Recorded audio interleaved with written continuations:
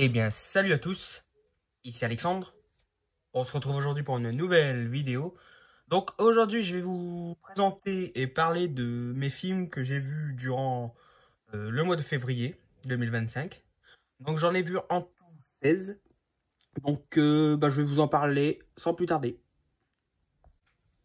Alors, on va commencer avec le tout premier film que j'ai vu durant le mois de février. Alors, c'était une découverte. Il s'agit du film avec un film avec Jake Gyllenhaal. Il s'agit du film Stranger. Vraiment un très bon film, j'ai vraiment adoré. Et Jake Gyllenhaal joue super bien dedans. C'est tiré d'une histoire vraie, j'ai vu les bonus. Donc j'ai vu comment Jake Gyllenhaal a discuté avec la vraie personne pour entrer dans le personnage, etc. Franchement, c'est une super histoire. En gros, pour faire vite, en gros, c'est Jake Gyllenhaal qui va revoir son ex-copine, donc jouée par Tatiana Maslany. Et en gros, il va vouloir la reconquérir. Et pour ça, il va aller la soutenir durant le marathon de Boston. Donc il va l'attendre à l'arrivée avec une pancarte. Mais malheureusement, il va y avoir un attentat terroriste où une bombe va exploser. Et à la suite de cette attaque, Jake Gyllenhaal va perdre l'usage de ses jambes. Donc il va devoir être amputé. Et du coup, on va suivre le personnage durant les mois après cette attaque, les mois difficiles, comment il va essayer de, de refaire sa rééducation, remarcher, se motiver pour marcher, etc. Tout en essayant de reconquérir son ex, quoi. Et du coup, c'était vraiment un excellent film. Franchement, je vous le conseille. C'est vraiment... Ouais, j'ai vraiment adoré l'histoire. Et on n'a pas l'habitude de voir Jake Gyllenhaal dans ce genre de rôle, mais franchement, c'est un très bon film. Donc voilà pour Stranger, un coup de cœur, franchement. Ensuite, on va passer à un autre type de film, un autre genre. Donc là, c'est un film avec Jim Carrey. Il s'agit du film Le Nombre 23. Alors, pareil, j'ai plutôt bien aimé. On n'a pas l'habitude de voir Jim Carrey dans ce genre de film. On a plus l'habitude de le voir dans des comédies, etc. Et ben là, franchement, c'était vraiment sympa. Un film de Joel Schumacher. En gros, l'histoire, c'est que Jim Carrey va tomber sur un livre, un manuscrit à un livre, donc intitulé Le Nombre 23. Et en gros, ce livre va pas le hanter, mais il va être obsédé par ce film. Il va toujours vouloir lire l'histoire, comprendre. Il va se, comment dire, il va s'imaginer des trucs, etc. Comme quoi le livre lui était destiné, etc. Et finalement, ce livre cache de gros secrets et c'est pas uniquement un livre sur le nombre 23, mais il cache bien des choses. Donc voilà, je vais pas vous spoiler plus. Mais voilà, donc c'est un très bon thriller, franchement, j'ai bien aimé. Donc ouais, il va être obsédé par ce livre et finalement, ça va révéler quelque chose. Franchement, je m'y attendais pas à la fin. Franchement, je m'y attendais pas. Mais c'est vraiment sympa. Jim Carrey, franchement, j'aime beaucoup l'acteur. Il peut tout jouer, franchement. Comédie, film triste, etc. Donc, ouais. Pareil, je vous conseille si vous l'avez pas vu. C'est une belle découverte. Ensuite, alors celui-là, j'ai adoré. Franchement, un excellent film. Il s'agit du film Enragé avec Russell Crowe. Franchement, celui-là, oh là là. J'ai adoré sa performance à Russell Crowe. Donc, en gros, c'est dans une journée banale, en fait, il y a une mère de famille avec son enfant, ils vont prendre l'autoroute parce qu'ils sont en retard pour aller à l'école. Et en gros, ah, ils vont klaxonner donc, la voiture du personnage de Russell Crowe. Et lui, il faut pas l'emmerder. Donc, juste à cause d'un klaxon et qu'elle s'est pas excusée, ben, il va lui faire vivre sa pire journée de sa vie. Ah, franchement, oh là là. Il n'y a pas de moment de répit. Franchement, c'est comme le titre du film. Il est complètement enragé. C'est un enragé de la route, quoi. Russell Crowe, franchement, j'aimerais pas être sur sa route. Ah, franchement, c'est. Waouh. Il est violent, le gars. Franchement, en plus, ça dure pas si longtemps que ça. Du coup, il n'y a pas de moment de. Il Il n'y a pas vraiment un moment d'ennui, etc., de longs moments. Donc, franchement, c'était parfait. Donc, ouais, le personnage va vivre un véritable cauchemar. Franchement, celui-là, je vous le conseille, mais si vous ne l'avez pas vu, je vous le conseille à 2000%. Très bon film, j'ai adoré. Ensuite, là, on va passer à un tout autre genre. Un film de Joe D'Amato. Donc, il s'agit du film Blue Holocaust. Alors, franchement, ce film-là, c'est vraiment spécial. Hein. C'est pas à mettre entre toutes les mains. Et essayez d'éviter de le regarder au moment du repas. Il est bien dégueulasse, c'est bien gore. Franchement, ça va être un mélange de. Ouais, je sais pas comment je pourrais dire ça. Ouais, c'est. Comment je pourrais dire ça? Ouais, je sais même pas l'expliquer parce que franchement, j'ai pas l'habitude de voir ce genre de film. En tout cas, il est bien gore. Oh là là, c'est spécial. Hein. Je suis pas un grand fan du film de Joe D'Amato, mais il faut avouer qu'il ose des choses. Et bon, ça peut plaire ou ça ne peut ne pas plaire. Mais ouais, franchement, c'est spécial. Hein. En tout cas, point positif pour les musiques, j'ai bien aimé les musiques. Franchement, les films italiens des années 70-80, j'aime beaucoup les musiques. Franchement, il n'y a rien à dire. C'était sympa. Une belle édition. Bon, les films, je regarde un peu tous les jours, ça c'est sûr. Comme vous voyez là déjà, là, c'est spécial. Hein.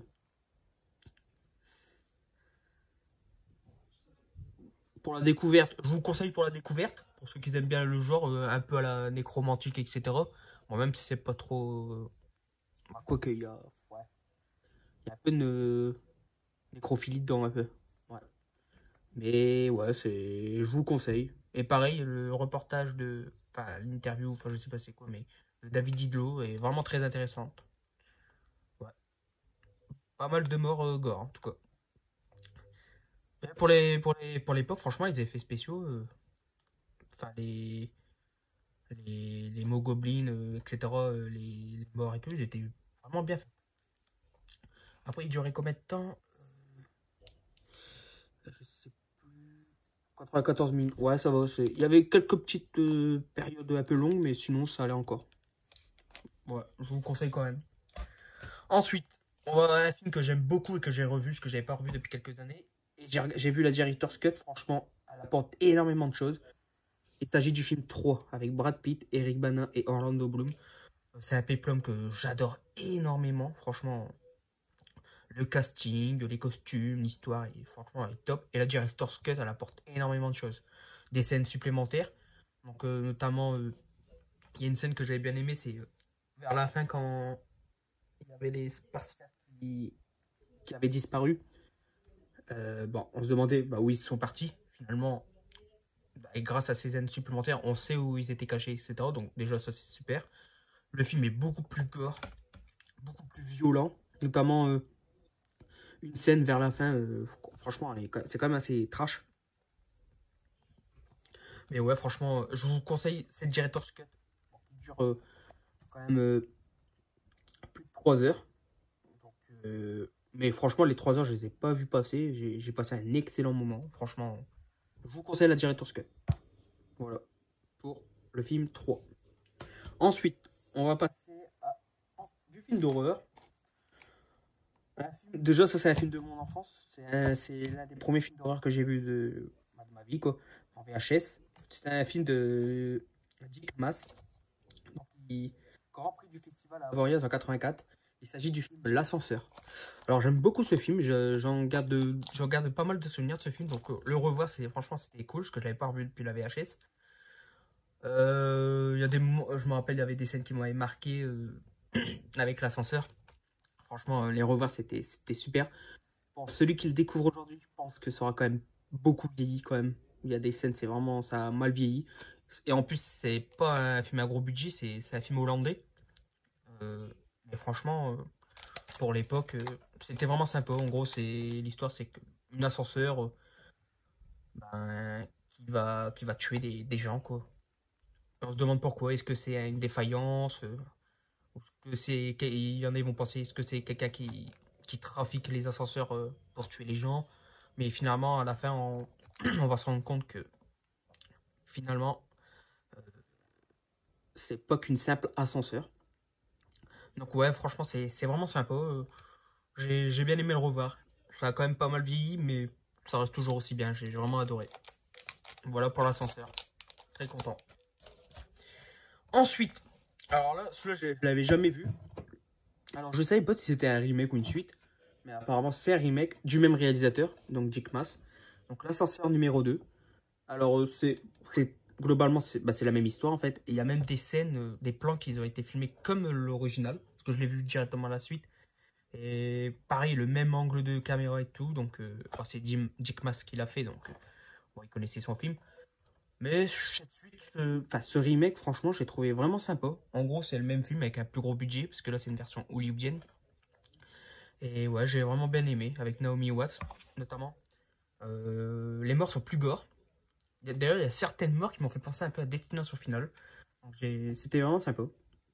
Ouais, donc cette suite est aussi bien, mais par nostalgie et par le charme des années 80, je préfère quand même l'original. Mais celui-là, franchement, c'est un bon remake. Franchement, je vous le conseille également. Ensuite, j'ai vu le film Fall. Donc, un film de survie que j'ai vraiment apprécié. Alors, donc pour faire court, en gros, c'est deux amis qui vont grimper une très vieille antenne de, je sais plus combien de mètres, beaucoup de mètres en tout cas, je sais plus exactement, mais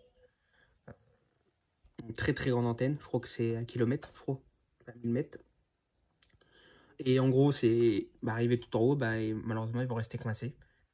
Et du coup, ils vont essayer d'appeler à l'aide, etc. Mais malheureusement, personne ne va venir. Du coup, ils vont tout faire pour essayer de redescendre ou en tout cas appeler des secours. Et du coup, on va suivre leur périple. Est-ce qu'ils vont survivre? Est-ce que quelqu'un va venir les aider? Mystère. Donc, voilà. Donc, celui-là, je vous le conseille. Franchement, c'est un très bon film. Ensuite, là, on va passer à mon coup de cœur de mes visionnages. Il s'agit d'un film que j'attends, que je voulais voir depuis un moment et que franchement, j'ai pris une claque. Il s'agit du film Dernier train pour Busan. Donc, très très bon film. Franchement, c'est un coup de cœur, mais j'ai pris une claque, j'ai adoré. C'est mon coup de cœur, tout simplement. Du coup, un très bon film de zombies coréen. Donc, franchement, pour moi, ces dernières années, en termes de films de zombies, etc., pour moi, les Coréens sont carrément au-dessus. Il n'y a pas photo. Franchement, ils savent revisiter les films de zombies. Là, celui-là, c'était intense comme film. J'ai eu énormément d'émotions, des sensations, etc. Que ce soit l'histoire, les acteurs, les personnages, les enjeux, les décors, la mise en scène et tout. Franchement, c'était top. Et cet acteur-là, Gong Yoo, j'adore cet acteur. Excellent. Ah, puis, franchement, il y a des moments de stress avec les zombies. On se dit, est-ce qu'ils vont réussir à leur échapper? Comment ils vont faire une fois que le train sera arrivé à destination, etc. Et ouais.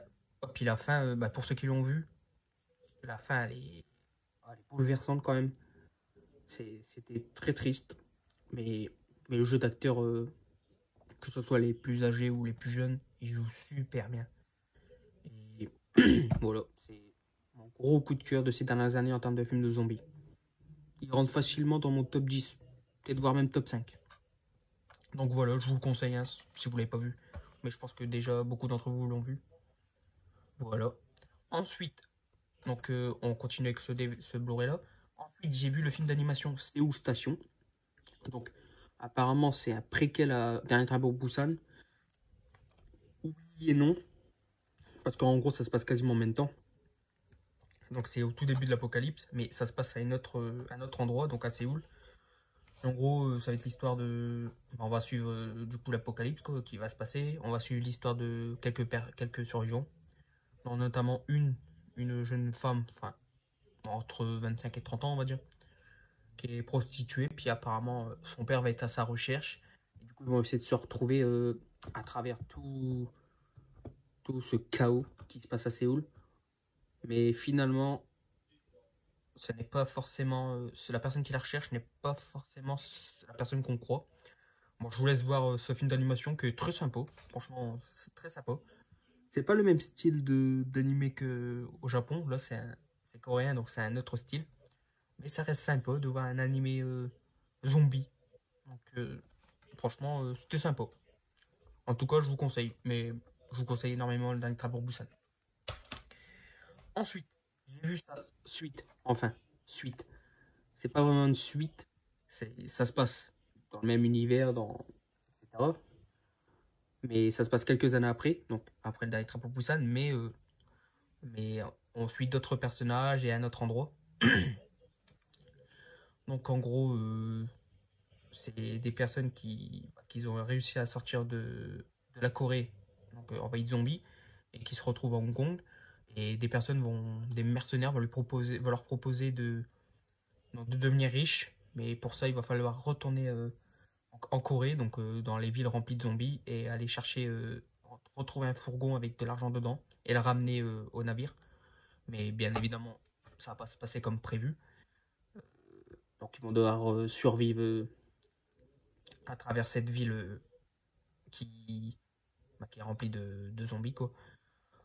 Par contre, cette suite, ouais, elle est bien en dessous d'Inter Busan. Je comprends ceux qui l'ont moins bien aimé, les critiques, etc. Franchement, on est clairement en dessous. C'est sympa à regarder, mais on est clairement en dessous. C'est plus de la comédie aussi, il y a un peu de comédie dedans. En fait, c'est un mélange d'Inter Busan et de Mad Max. Parce qu'il y a des scènes, franchement, c'est complètement absurde, notamment des courses-poursuites, etc. Ouais. On voyait qu'il y avait beaucoup de CGI aussi. Mais ça reste sympa, c'était sympa. Visuellement, c'était très beau. Donc ouais, je vous le conseille quand même, mais clairement, j'ai pas pris une claque, j'ai pas pris une aussi bonne claque que le dernier Train Busan. Mais ça reste sympa à voir comme film de zombies. Voilà, pour Peninsula. Ensuite, là, on va enchaîner pas mal de comédies françaises. Donc je m'en suis fait plusieurs. On va commencer avec Cocorico. Et ben, un très bon film de comédie. Moi, j'ai pris un plaisir à regarder ce film. Il y a certaines scènes, j'ai bien rigolé. En puis, ce duo d'acteurs, Bourdon et Clavier, franchement, c'est top, hein. J'adore les deux acteurs, surtout Christian Clavier. Mais ouais, franchement, c'était bien marrant. Le contexte, etc. Les tests ADN, finalement, ils sont pas les ancêtres qu'ils croyaient. C'est vraiment sympa. Et j'ai vu qu'apparemment, il y a une suite. Donc, c'est un peu compréhensible parce qu'à la fin, c'est une fin ouverte. Mais ouais, franchement, cette comédie est très sympa. Je suis plus trop comédie actuelle parce que je trouve qu'on a perdu le charme des années 70, 80, 90 ou même 60 avec Fernandel, Bourvil et De Funès, etc. Mais j'ai bien rigolé. Pour moi, c'est un très bon film d'animation. Une très bonne comédie. J'ai passé un très bon moment. C'était très sympa. Ensuite, on va passer donc encore une autre comédie avec Christian Clavier. Il s'agit du film Le Prix à payer, avec notamment aussi Nathalie Baye, Gérard Lanvin et Géraldine Payas. Pareil, c'était sympa. J'ai bien rigolé, franchement, une bonne comédie des débuts des années 2000. Enfin, c'était même 2007, je crois. Si je me trompe. Ouais, 2007. Bah, ouais, j'ai passé un bon moment, c'était sympa. J'ai préféré Cocorico, mais celui-là, c'était sympa. En gros, c'est l'histoire de Christian Clavier, qui trouve qu'ils ont plus trop de relations avec sa femme. Du coup, que leur couple est un peu au point mort, on va dire. Du coup, ce qu'il va faire, c'est il va lui couper son argent et tout, sa carte bancaire, etc. Parce elle aime beaucoup aller faire les boutiques de luxe, shopping, etc. Du coup, il va lui dire une phrase, pas de cul, pas de fric, quoi. Et en gros, ils vont se chamailler, ça va devenir difficile. Euh, Pareil, son chauffeur, joué par Gérard Lanvin, va faire un peu la même chose avec sa femme. Parce que elle vit dans son appartement avec ses enfants, mais elle paye pas de loyer, etc. Du coup, il va lui faire un peu la même chose. Et du coup, il va s'en suivre des gags, des histoires qui va encore plus enfoncer le clou dans leur couple. Mais ouais, c'est drôle quand même à regarder, j'ai bien aimé. C'était vraiment sympa. Voilà. Bonjour, Christophe Clavier, c'est un acteur c'est un de mes acteurs français préférés. J'aime beaucoup voir ses films. Ensuite, j'ai regardé un film que j'ai toujours pas vu. Enfin, pas vu. Je crois que je l'avais vu durant mon enfance, mais j'avais plus du tout de souvenirs. C'est un film culte hein, des années 80. Donc il s'agit du film Papy fait de la résistance, avec un très beau casting quand même. Hein. Je sais pas, il y a donc du Christian Clavier, Michel Galabru, Gérard Jugnot, Martha Lamotte, Dominique Lavanant, Jacqueline Maillan, Jacques Villeray, Josiane Balasco, Michel Blanc, Jean-Claude Brailly, Jean Carmé, Bernard Giraudot, Thierry Lhermitte, et Jean Van, et Jean-Yann, et bien d'autres. Donc un film de Jean-Marie Poiret, franchement une très bonne comédie. J'ai bien rigolé. Pas mon préféré que le Splendide, etc. Mais une très bonne comédie. Alors je sais que normalement, Louis de Funès devait jouer le rôle de Michel Galabru. Malheureusement, bah, l'acteur est décédé. D'ailleurs, le film lui est dédié au début du film. Donc, franchement, ça c'était cool. Et ouais, très bonne comédie. J'aime beaucoup le rôle de Christian Clavier dedans. Jacques Viré est vraiment top. Et Gérard Jugnot, oh là là, pareil, lui, c'est à mourir de rire. J'ai vraiment bien aimé. Un très très beau casting, franchement. Ça sent bon les années 80, les comédies françaises, comme à l'époque. Ouais. Donc, ça se passe durant l'occupation allemande dans les années 40. Donc, pas de soucis, appelez-moi super. C'était vraiment sympa. Si vous l'avez pas vu et que vous avez bien les comédies, bah, bien évidemment, je vous le conseille. C'est une très bonne comédie à revoir, ou à découvrir ou à revoir, seul ou en famille. C'est tout âge, c'est vraiment sympa. Ensuite, une autre comédie donc française avec cette fois-ci le duo Anémone Gérard Jugnot, Le quart d'heure américain. Celui-là par contre j'avais jamais vu. C'est plutôt sympa mais j'ai trouvé le film quand même un peu long. Donc je ne sais pas si c'est le duo, l'histoire, ou ouais, peut-être plutôt l'histoire. En gros, ce qui se passe en gros c'est Anémone qui travaille pour une station de radio quoi. Et Gérard Jugnot qui est plutôt un paumé. Quelqu'un qui réussit pas grand chose dans la vie. Et puis, bah, du coup, ils vont se rencontrer à la suite d'un jeu radio. Et du coup, Gérard Jugnot va avoir un accident. Du coup, ils vont se rencontrer, puis il va se passer quelque chose entre les deux. Donc, Gérard Jugnot, lui, qui espère avoir une relation vraiment sérieuse, stable. Anémone, elle, qui aime plutôt s'amuser. Puis, du coup, va s'en suivre des disputes. Ils vont se remettre ensemble, ils vont se disputer, etc. C'est sympa, mais ouais, j'ai trouvé un peu long quand même. C'est pas mon préféré en tout cas, avec Gérard Jugnot. Voilà. Mais on a encore des petites gags des années 80 qui étaient vraiment sympas. Voilà. Bon, je vous conseille quand même. C'est plutôt sympa.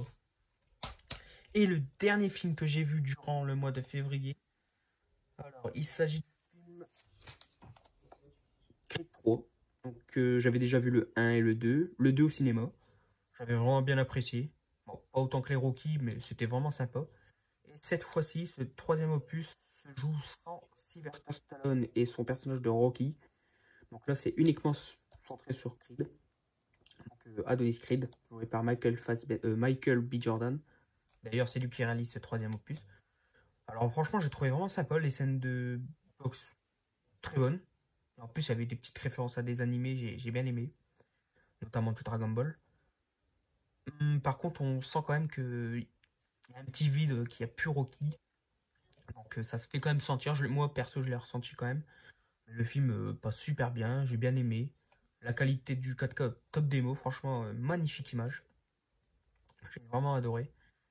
Et je trouvais qu'il manquait quelques musiques cultes de la saga.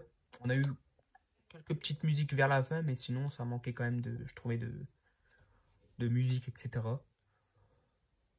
Ça va, c'était plutôt sympa. Pas mon préféré sur des trois, mais franchement, j'ai bien aimé. Maintenant, est-ce qu'on va revoir. Est-ce qu'il va y avoir un Creed 4 déjà? Et si oui, est-ce qu'on va revoir Stallone? Je sais pas. En tout cas, suite vraiment sympa. C'était vraiment sympa, ouais. Je vous conseille si vous l'avez pas encore vu. Voilà. D'ailleurs, je crois pas que je voulais présenter le Steelbook. Ah bah si, dans ma Windows Vinted. Voilà. Et voilà, donc c'est ici que termine cette vidéo présentation de mes achats, de mes visionnages de février, quoi. Plutôt pas mal, 16 films, ça va. Voilà, genre le mois de mars, je pense que je vais avoir moins de temps, du coup, je vais sûrement moins en voir. Mais là, déjà, c'était pas mal. J'ai pris un plaisir à regarder tous ces films. Donc, bah voilà, ben, j'espère que la vidéo vous aura plu, ça vous aura donné envie de voir ou de revoir des films. Quant à moi, ben, je vous dis à très bientôt pour une nouvelle vidéo. Salut! Je reviendrai.